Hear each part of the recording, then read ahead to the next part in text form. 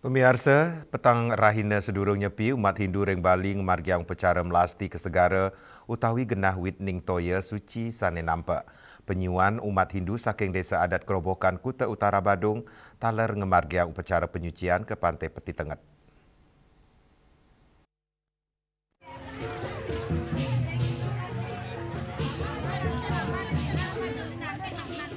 Nemonin Rainer Redite tanggal 15 Maret, penyuan umat Hindu saking desa adat Kerobokan Kuta Utara Badung ngemargiang upacara melasti.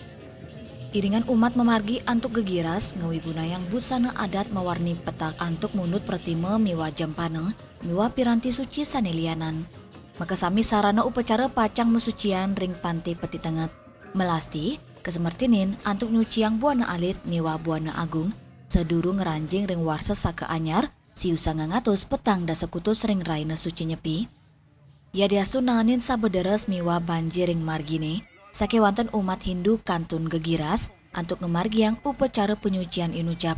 Maka sami edan upacara sida memargi antar, sida sidaningdon.